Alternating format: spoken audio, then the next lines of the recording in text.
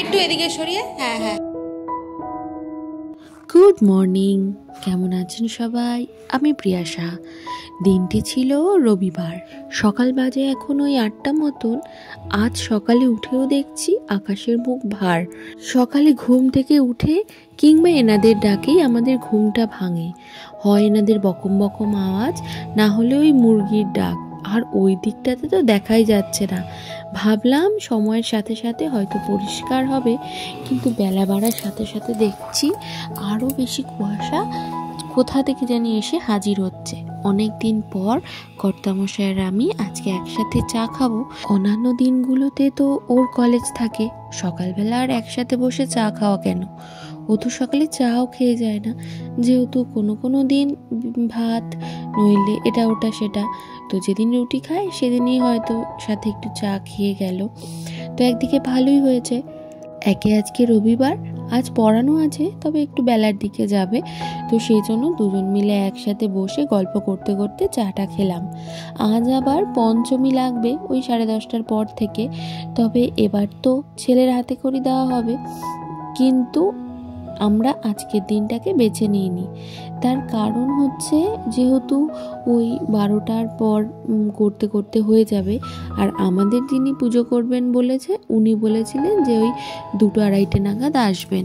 তো সেই জন্যই না আমরা একটু পিছিয়ে গেছি, কারণ ওই সময়টাতে খাওয়া দাওয়া, তারপরে ছেলে যে আর কি মেন, যার উদ্দেশ্যে পুজোটা, তারও সেই সময়টা ঘুমের সময়। সেই ভেবেই আমরা আগামীকালকে পুজোর দিনটিকে স্থির করেছি।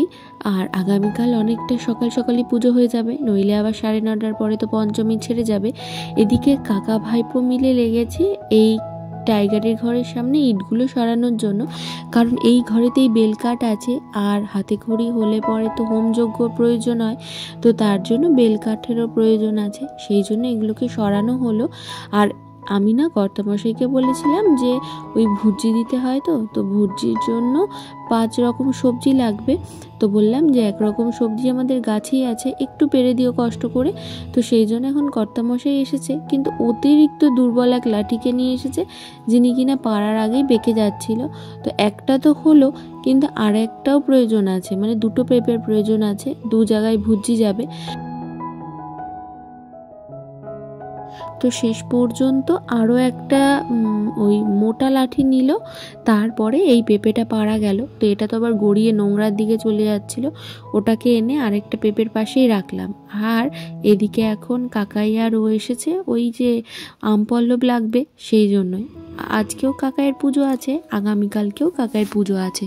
তো কাকাই বলল যে যতটা সম্ভব আমি এদিকটা গুছিয়ে রেখে যাচ্ছি, যেটা যেটা আমাদের ভুল হওয়ার সম্ভাবনা বেশি থাকে, তো সেগুলো কাকাই গুছিয়ে দিয়ে যাবে। কারণ আগামীকালকে কাকাই ওই পুজোর টাইমটুকু থাকতে পারবে না, কাকাই তো পুজো করে, এইবার প্রথমবার, সেই জন্য আমরা বাইরের মানে লোক দিয়ে পুজো করাচ্ছি। নেক্সট বার থেকে তো ছোটো কাকাই করবে আমরা বলেছিলাম, কিন্তু যেহেতু এইবার হোমযজ্ঞ সমস্ত কিছু রয়েছে, সেই ভেবে কাকাই নিজেই বলল যে এবারটা বাইরে কাউকে দিয়ে করিয়ে নে, এরপরে তো আমি আছি। এদিকে কর্তামশাই দেখে নিচ্ছিল এগুলো নিখুঁত আছে কিনা। কাকাই কিন্তু ওদিকে কলা গাছগুলোও সেট করে দিয়েছে, আর আমি আপাতত এসেছি রান্নাঘরে। ছেলে ওই 9:30 থেকে 10টার মধ্যে খেয়ে নেয় সকালের খাবার। এখন যেহেতু বড় হচ্ছে, সামনেই ওর স্কুল খুলবে, সেই জন্য একটু রুটিনটা চেঞ্জ করার চেষ্টা করছি। তো একটু একবারে তো হয় না, কোনো বাচ্চাকেই প্রথম থেকেই একটু একটু করে করতে করতে আবার সেটা অভ্যস্ত হয়ে যায়। তো সেই জন্যই আর কি খাবার টাইমটা এগিয়ে দিচ্ছি, স্কুলে গেলে তো তাই হবে। তো এদিকে আপাতত আমি ওই রুটিটা বানাচ্ছি, রুটি আর ওইদিকে একটা ভাজা করছি, ব্যাস।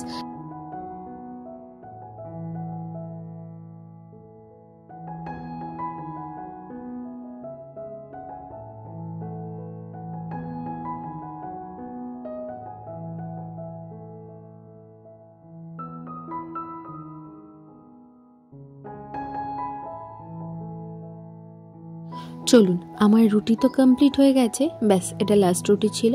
এটা হটপটে রেখে এবার হটপটের ঢাকনাটা বন্ধ করে দিলাম। ঠাকুর এসেছে।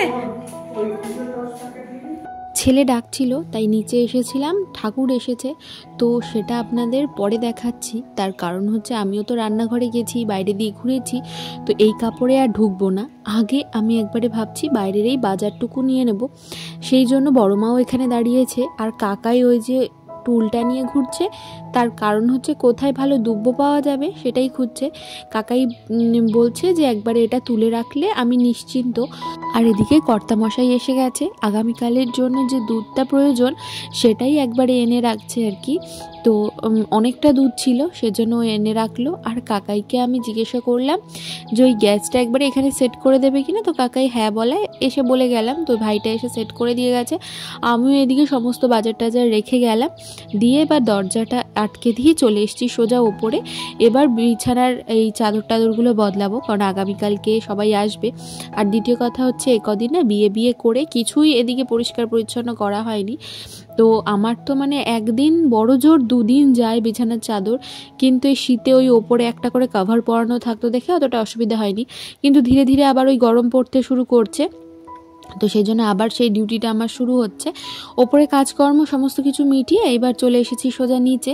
আর একে একে ঠাকুরের যে বাসনগুলো বের করেছিলাম সেগুলোই আস্তে আস্তে নিচে নিয়ে আসছি, কারণ কাকাই তো অনেকখানি গুছিয়ে দিয়েছে আর বড় মা ওদিকে দুপুরের রান্না বান্নার তোড়জোড় করছে। তো এইগুলো আবার কাকে বলবো, যে দিদি আছে আমাদের কাজে হেল্প করে দিদিকে বলতেই পারতাম, তবে ভাবলাম যে এইগুলো আমি মেজে নিই, যখন বাসন কটা ধুয়ে তোলা হবে তখন বরং দিদিকে বলবো। এখন তো পরিষ্কার বাসনই শুধুমাত্র ব্যবহার হবে, তাই জন্য আরেকবার ভালো করে ধুয়ে নেওয়া। তো এদিকে না ওই কামরাঙা নিয়ে এসেছি আর সাথে স্কচ ব্রাইট যেটা আর কি ঠাকুরের জন্য ব্যবহার হয় সেটা নিয়ে এসেছি। কামরাঙাতেও খুব ভালো কাঁসার বাসন পরিষ্কার হয়।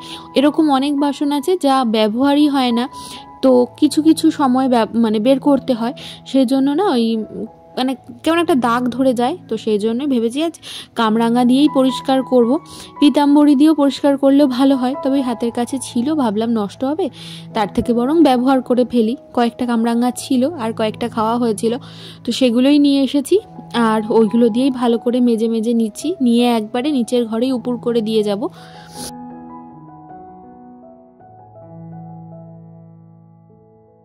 বাসন আমার সমস্ত কিছু মাজা হয়ে গেছে, এখন একে একে ধুয়ে অল্প অল্প কটা করে নিচের ঘরে উপর করে দিয়ে আসবো। আজ কিন্তু রবিবার, কিন্তু আমরা আজকে নিরামিষ খাচ্ছি, কারণ আগামীকাল যেহেতু বাড়িতে পুজো রয়েছে। আমি এদিকে পুরো ভিজে জুবড়ি হয়ে গেছি, কিন্তু কিছু করার নেই, এই বাসনগুলোকে এখানেই উপর করে দিয়ে যাচ্ছি এখন।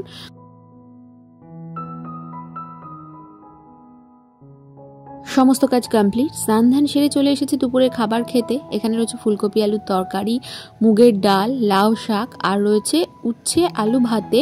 দুপুরের একটু ভাজা ছিল সেটাও নিয়ে নিয়েছি, নষ্ট হওয়াতে খেয়ে নেওয়া ভালো। সবাই একসাথে বসে পড়েছি। আজ একেবারে সমস্ত কিছু পরিষ্কার করেছি, যা যা আমার হাতে কাজ ছিল সবটা সারার চেষ্টা করেছি, করে একেবারে মাথায় শ্যাম্পু করে নিজেও ফ্রেশ হয়ে চলে এসেছি, কারণ আজ তো নিরামিষ খাওয়াই হচ্ছে, সুতরাং কোনো সমস্যা নেই। আজকেই মাথায় শ্যাম্পুটা করে ফেললাম, যেটা হয় না যে মাছ মাংস খেলে সেটা খেয়ে পুজো করতে যেতে একটুখানি অস্বস্তি হয়, তো সেই জন্য আজকেই যেহেতু নিরামিষ খাওয়া হচ্ছে মাথায় শ্যাম্পুটা আজকেই সেরে নিয়েছি। এখন বাজে সন্ধে 7:10 মতো। আমি আর ছোটো কাকাই চলে এসেছি নিচের দালানের এইখানটাতেই পুজোটা হবে। নিচে কোনো পুজো হলে এইখানেই হয়, এদিক করেই, তো সেরকমই ব্যবস্থা এবারও করা হচ্ছে। এখনো পর্যন্ত এই শাড়িটা কোনোভাবেই ব্যবহার করা হয়নি, তো সেই জন্য এই শাড়িটাকেই এবার ওই ঠাকুরের পেছন দিকটাতে কভার করার জন্য ব্যবহার করা হচ্ছে। এটাকেই ওই একটা দড়িটা নিয়ে নিয়েছে কাকাই, তার উপর দিয়ে এটাকে ঝুলিয়ে দিচ্ছে। শুধু দেওয়াল থাকলেও হতো, তবে ওই আর কি একটু ছোট্টখাট্টো করে একটু ডেকোরেশন করার চেষ্টা করা হচ্ছে। আর বেশ কিছু ফুলের চেন নিয়ে এসেছিল কর্তামশাই, সেগুলো ঠাকুরের ঘরে ছিল আর কি, তো এইগুলোকে এখন আমি নিচে নিয়ে যাব। তবে এই হলুদ চেনটা বাদে, এটা কালকে ঠাকুরের পুজোয় লেগে যাবে। আদার্স যা মালা আছে সবই নিয়ে যাব, যে কটা ওখানে লাগবে। তারপরে ঠাকুরের গলার জন্য একটা ওভাবে গেঁথে নিতে হবে মিন্স সুই তো ব্যবহার করা যাবে না, তো এর চেনের সাথেই আর একটা দড়ি বেঁধে টেনে মালা করে নিতে হবে। আর এদিকে এখন কাকাই ওই সুইয়ের মধ্যে চেষ্টা করছে দড়িগুলোকে ভরার, কারণ এইটা দিয়েই ওই পর্দাটার সাথে ওইভাবেই আটকে দেবে। তো আমি বললাম যে দাও, আমি করে দিচ্ছি, কারণ যেটা হয়ে থাকে একে রাত্রেবেলা, তারপরে আবার চোখের সমস্যা, সেই জন্য আমি একটুখানি কাকাইয়ের সাথে হেল্প করছিলাম। তবে কর্তামশাই বলেছিল কর্তামশাই আসার পরে করবে, কিন্তু ছোটো কাকাইয়ের আর তর্স হয়েছে না, আর কোনো কাজ ফেলে রাখতেও চায় না। ভাবলাম যতক্ষণ উনি পারছে ততক্ষণে আর কি চেষ্টা করে যে করে নেওয়ার, কারণ আজকে যেমন পুজো ছিল কাকাইয়ের, আবার আগামীকালকেও তো কাকাইয়ের পুজো আছে, অনেকটা সকালে কাকাই বেরিয়ে যাবে, তাই চাইছে যে নাতির নামে যেহেতু পুজো যতটা নিখুঁতভাবে করা যায় সেটাই চেষ্টা করছে। তো আমি ওই কাকাইয়ের সাথে সাথে হেল্প করছিলাম। আরেকজন চলে এসেছে।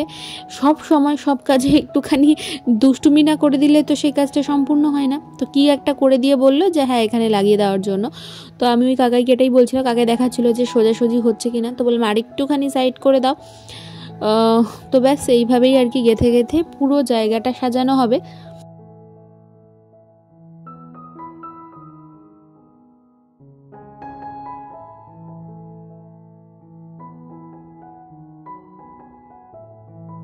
ঘরের দালানটা হয়ে গেছে, এইবার এই দুটো তিনটে চেন বাইরের এই গেটটাতে দেওয়া হবে, ভেতর দিয়ে নয় বাইরে দিয়েই দেওয়া হবে।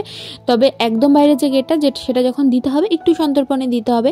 বাইরে একটা ওই দড়ি মতো আছে, ওটার মধ্যেই কাকাই আটকে দিচ্ছিল। তবে কাকাই কি ডিজাইন করেছে সেটা আপনাদের একবার দেখাই, এটা কমপ্লিট হোক। এই যে ঠিক এইভাবে করছিল, আর জিনিসটা দেখতে কি সুন্দর লাগছে না। দিওয়ালিতে দেখা যায় অনেকের ঘর এভাবেই সাজায় বাইরের গেটটা কোনো পুজোয়, তো বেশ ভালো লাগছিল দেখতে আর কি। ব্যাস এইবার কাকাই বলল যে ওই ঠাকুর একবারে ওখানে বসিয়ে দেবে, আর এই হচ্ছে আমাদের প্রতিমা। তো ব্যাস কাকাই এখন এটাকে ওখানে নিয়ে গেলে আপাতত ওইটুকু কাজ কমপ্লিট হয়। তবে কাকাই বলছে দোয়াতগুলোও রেডি করে রাখবে, দেখি আগে ঠাকুরটা বসানো হোক।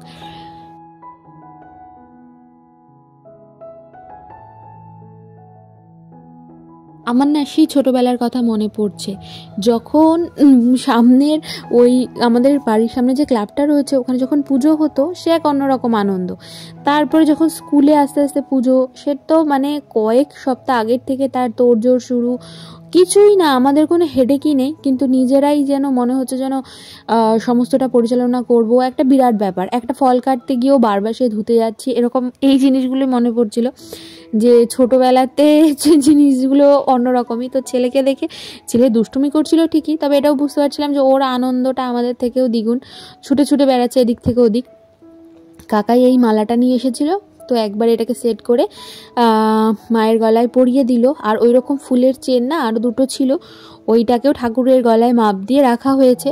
যেমন বলা তেমন কাজ। কাকাই এখন এই দোয়াতগুলো রেডি করতে বসে গেছে, খাগের কলম টলম কেটে নিয়েছে, জবের শীষ জোড়া কুল সবই এনেছিল। এখন ওই দুধ গঙ্গা জল, কাঁচা দুধ গঙ্গা জল আর কি একসাথে মিক্স করে সব ঢেলে ঢেলে কাকাই এগুলো রেডি করে রাখছে।